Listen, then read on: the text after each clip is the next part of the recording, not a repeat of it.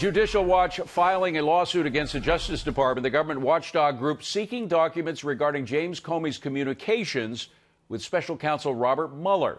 The new suit filed after Comey stated that he provided memos of his conversations with President Trump to Mueller and his team. Joining me now is Chris Farrell, Director of Investigations and Research for Judicial Watch. Great to see you, Chris. So is the DOJ, despite the memos coming out, is the DOJ still protecting Jim Comey? Is there stuff that you still can't get your hands on about Jim Comey?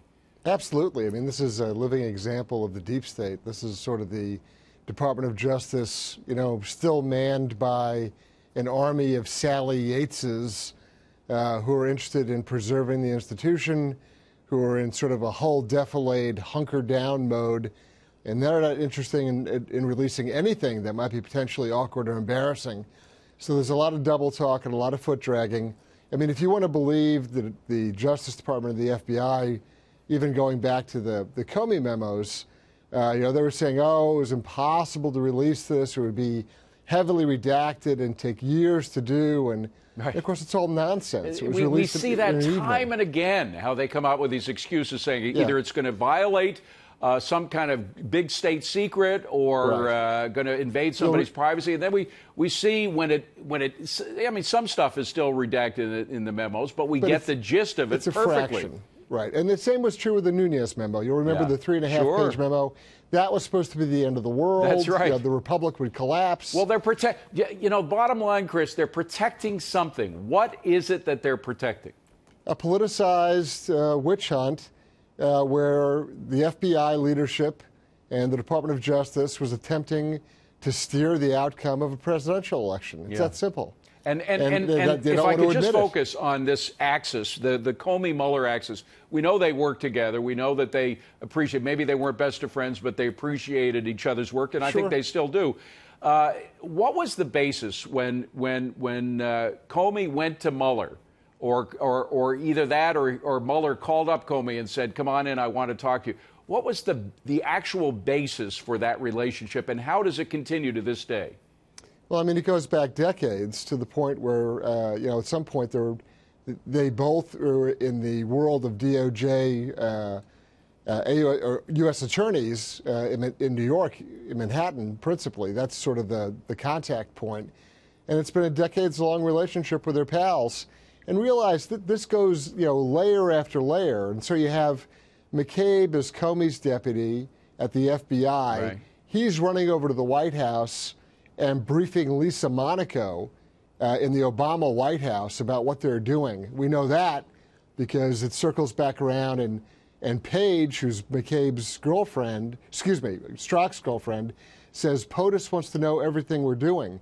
Well, what's the significance of Lisa Monaco? She used to be Mueller's chief of staff. It's unbelievable. This is a web, a nest of people. Although as close as they were, it's interesting to see how they're attacking each other once they're cornered, right? Yeah, I mean, it'll be interesting to see if McCabe is willing to flip to go after Comey, because the more Comey talks, the more really he belittles himself. The more contradictions we see between what he said in the memos a year or so ago and what he's saying now. I just got to finally talk about the witnesses that Mueller has. You look at the witnesses. Comey, we see now, is deeply flawed in his attachment to the truth. You have Sam Nunberg, who's another witness before the grand jury of Mueller, who appeared on television apparently drunk or drugged up. You have George Nader, another witness for Mr. Mueller, who appeared before, who is a convicted child molester. What kind of a group of witnesses is this? I mean, wouldn't a grand jury throw this case out if these are the only witnesses it can muster? Which is why you saw today the DNC filing its publicity stunt lawsuit. There you go. The handwriting's on the wall. The Mueller thing is collapsing in slow motion. They're frantic and desperate to keep this crazy Russia narrative and conspiracy going. And so I think that Democratic operatives on the Mueller team have telegraphed to their pals over at the party, hey, look, file something in a civil case so you can drag this thing out forever. Because, in other words, there's no there in terms of collusion. Therefore, you got to make it a political case, which is exactly what this DNC lawsuit is all about. Right, and remember, discovery runs in both directions. So though you'll hear Tom Perez huff and puff about taking depositions, guess what?